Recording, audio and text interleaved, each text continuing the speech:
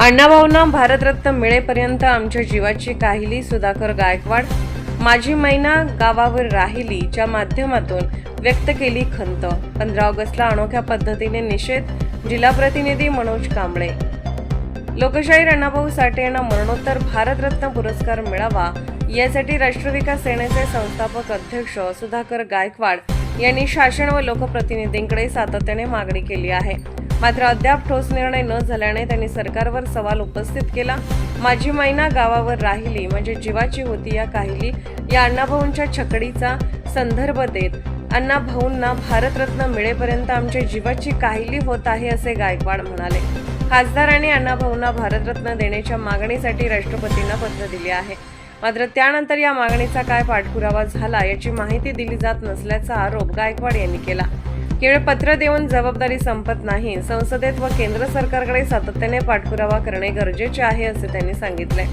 दरम्यान 15 ऑगस्ट रोजी सांगली जिल्हाधिकारी कार्यालयात जम्पर परकरवर खासदारांनी राष्ट्रपतींना दिलेल्या पत्राची प्रत लावून अनोख्या पद्धतीने निषेध करण्यात येणार असल्याचे गायकवाड यांनी सांगितले। खासदार आमदारांना अण्णाभाऊंना भारतरत्न मिळावे यासाठी पाठपुरावा करता येत नसेल तर त्यांनीही जम्पर परकर घालून फिरावे असा उपरोधिक सवाल त्यांनी केला। अण्णाभाऊंच्या सन्मानासाठी केवळ निवेदने नको तर ठोस निर्णय हवा। भारतरत्न मिळेपर्यंत लढा सुरूच राहील असा निर्धार सुधाकर गायकवाड यांनी व्यक्त केला। वृत्तवेग न्यूज नेटवर्क मुख्य संपादक गणेश वायदंडे। माझं नाव सुधाकर गायकवाड, राष्ट्रीय विकास सेनेचे संस्थापक अध्यक्ष। गेल्या अनेक वर्षापासून राष्ट्रीय विकास सेनेचे अण्णाभाऊ साठेंना भारतरत्न द्या म्हणून मी एक गाडी बक्षीस लावली कलेक्टर ऑफिसला। लाल दिव्याची गाडी बक्षीस लावली। जो आमदार खासदार अण्णाभाऊ साठेंना भारतरत्न येईल त्याला ती गाडी बक्षीस दिली जाईल। महिनाभर गाडी लावली तरी बी त्याने त्याच्यावर दखल घेतली। त्याच्यानंतर मी एक गाडी फिरवली की अण्णाभाऊ साठेंना भारतरत्न द्या, त्याच्यावर बी त्यांनी कोणत्याही दखल घेतली। पण आता गेल्या वर्षापासून मी प्रत्येक आमदार खासदारापाशी जाऊन अशी पत्र व्यवहार सगळं घेतले, त्यांच्याकडे पत्र घेतलेले आहेत की अण्णाभाऊ साठेंना भारतरत्न देण्यासाठी काही हरकत नाही म्हणून त्यांनी शासनाला बी त्यांनी पाठपुरावा केला आहे। पण गेले 1 वर्ष झालं कोणतंही माझ्याकडे पत्र व्यवहार आलेला नाही किंवा अण्णाभाऊ साठेंना भारतरत्न मिळाला नाही।